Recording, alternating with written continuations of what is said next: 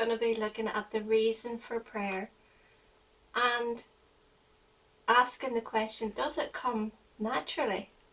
I think once you realize this, that prayer, once you realize the reason for prayer, what prayer is, and whenever you realize it doesn't come naturally, you have to develop in it, it makes things make more sense and begins to help you understand. Just think about a baby when it's born. It knows how to cry out for help. That's how we were born again. We cried out on the name of the Lord. We received his help. We received his salvation, that free gift of salvation. And that's the natural prayer, the prayer for help, the cry for help. But there's a deeper meaning for prayer. The word petition is more appropriate. We understand that petition is a legal thing. Prayer is not a religious activity. Prayer is a legal activity within the kingdom of God. And just as a child grows in communication, so must we learn how to communicate. We're not just talking to God, telling him about our problems, but we're waiting and we're learning how to be quiet. We're learning how to hear instructions, just like a child. If your child was 10, 15 and it was still crying like a baby, and you happen to work out what was wrong all the time and come to its help all the time, you would say, what is wrong with this child? But instead, you teach the child how to develop, not only to ask you for what it needs, but also to listen to instructions. And as we grow with our walk in God, that's what we're doing. We're learning to communicate with him. We're learning not only just to talk to him, but to listen to his instructions. And that's important. A petition, as I say, is a legal thing. A petition can only be made by the citizens of a country using the law of that country to the government, to the law of the land. And in the kingdom of God, it's just the same.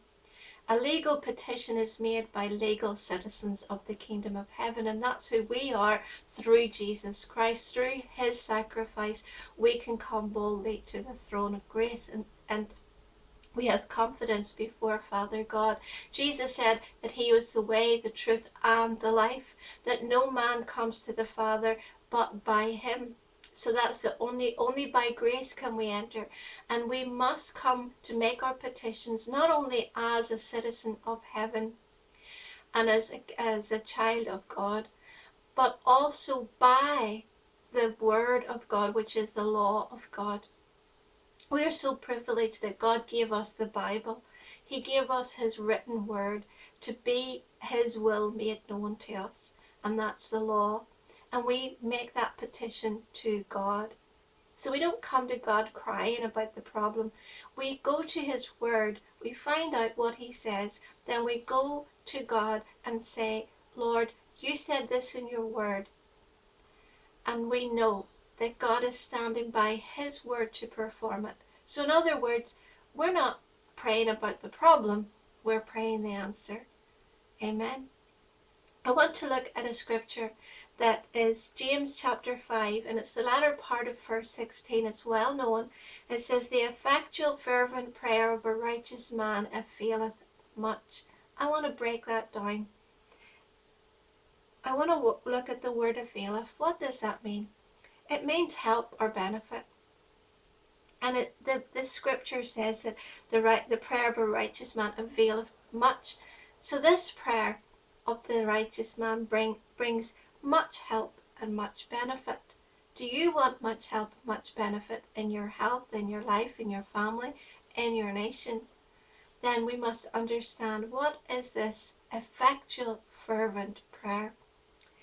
We understand that the righteous man is the one who has right standing with God through Jesus Christ. There is no other way. Our self-righteousness is as filthy rags in the eyes of God. So we don't come in our own name. We come in the name of Jesus.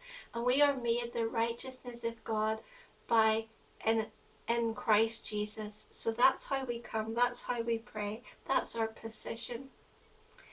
But then the fervent prayer, that means passionate, intense, hot, glowing, and burning.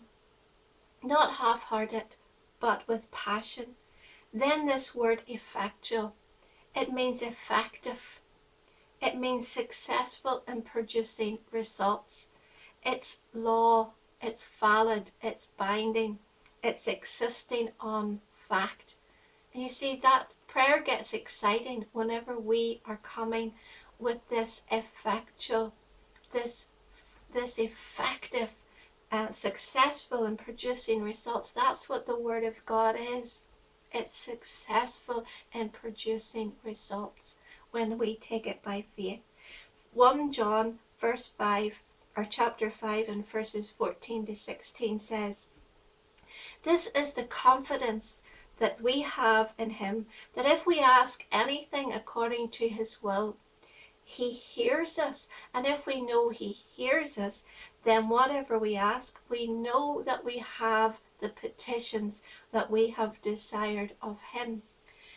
So when we come through the principles of the kingdom prayer that Jesus taught, that we are going to be looking at in these short videos, we will have confidence to know that God hears, and if he hears, he answers. Most people give up on prayer. They're half-hearted about it. They're just taking it off. I've said my prayers today, I'm a good Christian. But there's much more to that. And there's much more to understand the Father's heart and the Father's will. Most people ask me, how do I know I'm praying according to God's will? How do I know it's God's will? It's very simple. The Word of God is the will of God. So know his Word and know his will. A practical thing that I do every day, I'll just share with you. It might help you. To get passionate about the Word of God is to get passionate about the character of God and the heart of God.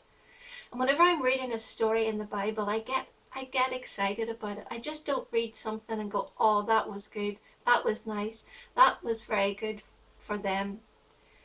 But instead I ponder over it, and I begin to talk to the Lord about it, and I say, God, I just love how you moved.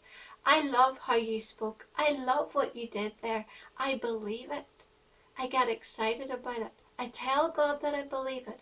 I tell God that I think that's wonderful, and what do I see in this? I tell God what I see in it, and then he begins to open it up and allows me to see his heart.